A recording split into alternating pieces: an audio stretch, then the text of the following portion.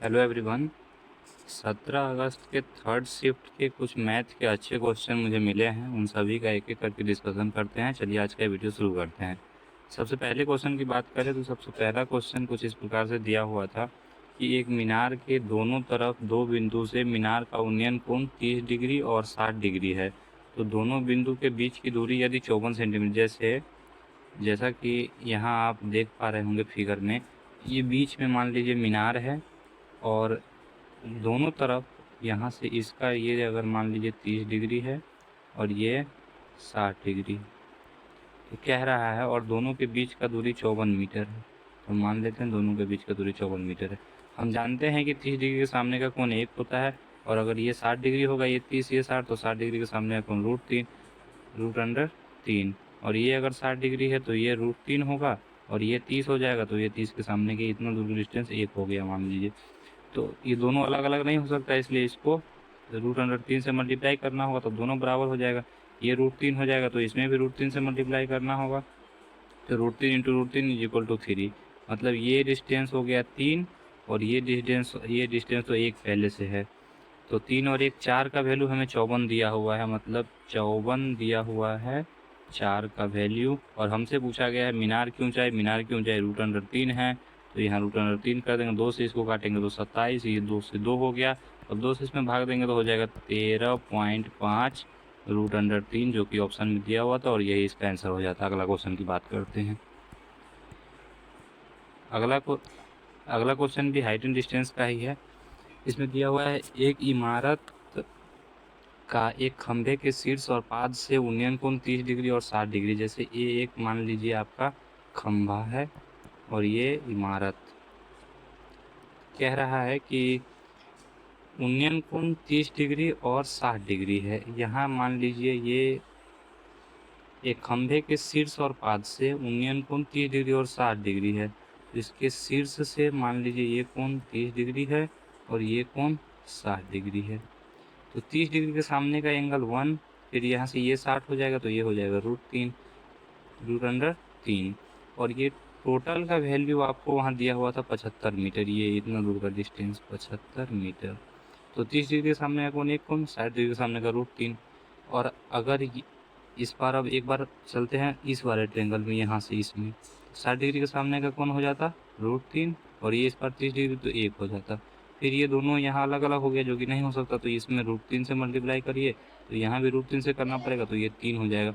अब 3 का वैल्यू 75 दिया हुआ है, मतलब 1 का वैल्यू हो जाएगा 25। तो हमें यहाँ देखिए ये 30 डिग्री था, 30 के सामने का डिस्टेंस 1 था, तो ये कितना आ गया 25 मीटर। अगर ये 25 हो गया तो टोटल 75 है, तो इसका डिस्टेंस कितना बचा 50। अब हमें पूछा हुआ है इमारत और खंभे की औसत ऊंचाई। इमारत कितना हो गया, इमारत है 75 पहले से दिया हुआ है क्वेश्चन में, खंभे हम 50 लगा दिए, तो 75 और 50 जोड़िएगा तो 5 और 7 5 12 बाई 2 औसत निकालना है, इसलिए तो आंसर आ गया 62.5, जो कि ऑप्शन में दिया हुआ था। अगला क्वेश्चन की बात करते हैं। एक डिपो से टेम्पो प्रत्येक 15 मिनट के अंतराल पर खुलती है और टेम्पो की तरफ आ रहे एक व्यक्ति को बस प्रत्येक 12 मिनट में मिलता है। टेम्पो की चाल 16 किलोमीटर पर आवर, तो व्यक्ति की चाल बताइए। इस प्रश्न में आपको कुछ नहीं करना था, एक जगह लिखिए टेम्पो और एक जगह लिखिए व्यक्ति। दोनों के पहले हम समय का रेशियो निकालेंगे, फिर अपने आप चाल पता चल जाएगा। तो एक व्यक्ति को बस प्रत्येक 12 मिनट पे मिलती है, व्यक्ति को 12 मिनट पे, और टेम्पू जो होगा इसका डिफरेंस होगा, 15 में से 12 गया तो 3 होगा। अब दोनों काट लीजिए, 3 1 3, 3 चौक 12, यानी 1:4 आ गया टाइम का, तो स्पीड इसका जस्ट उल्टा होगा 4:1 का। अब टेम्पू का स्पीड आपको दिया हुआ है 16, मतलब इसमें 4 से मल्टीप्लाई है तो इसमें भी 4 से मल्टीप्लाई कर दीजिए, व्यक्ति के चाल हो जाएगा 4 किलोमीटर पर आवर, जो आपको ऑप्शन में दिया हुआ था।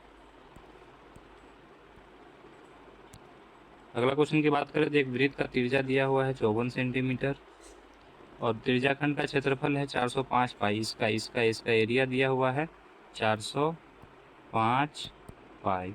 तो संगत चाप की लंबाई ज्ञात करना है। ये चाप की लंबाई होता है 1/2 RL होता है त्रिज्याखंड का क्षेत्रफल, जहाँ L क्या है चाप की लंबाई। तो हम इससे सॉल्व कर लेंगे। R हमें दिया हुआ है 54, तो इसको हम यहाँ से हटा देते हैं, यहाँ लिख देते हैं 54, 2 से काट देंगे तो 27 हो जाएगा। तो 27L बराबर 405 पाई। अब 27 से काटिए, 27 इकाई 27, 13 5 और 27 इकाई 27, यहाँ से बचा 13 और 5 है, 27 से 27 पंचे 135, आंसर आ गया 15 पाई। देखिए अगला क्वेश्चन दिया होता कि 2000 की राशि पर 5% की दर से 3 साल का CI और SI का अंतर ज्ञात करना है। तो 2000 की राशि पर पहली बात हम क्या करते हैं कि 5% का फ्रैक्शन निकालेंगे, तो 5% फ्रैक्शन बराबर हो जाता है 1/20।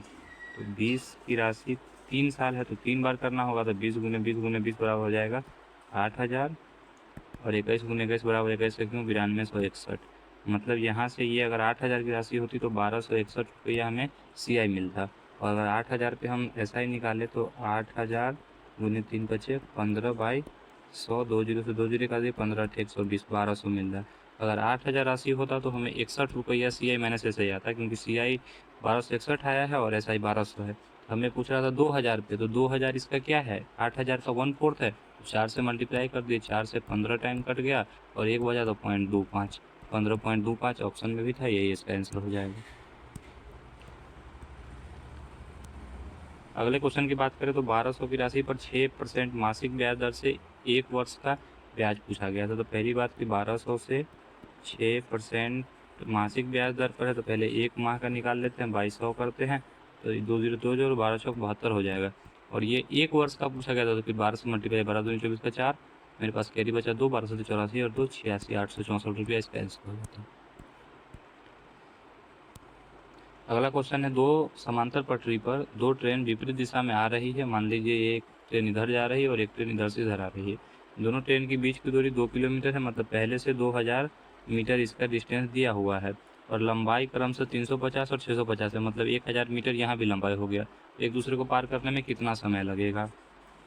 तो 2000 यहाँ से डिस्टेंस दिया हुआ है और 2000 डिस्टेंस यहाँ दिया हुआ है और 1000 यहाँ आ गया, मतलब हो गया 3000, इसका डिस्टेंस हो गया 3000 मीटर, और दोनों का स्पीड दिया हुआ था कुछ करके, उस स्पीड से डिवाइड कर लेते आप, का आंसर आ जाता। मेन पॉइंट यही समझना था कि 2 किलोमीटर जो इसके बीच का डिस्टेंस था वो उसमें ऐड करना था।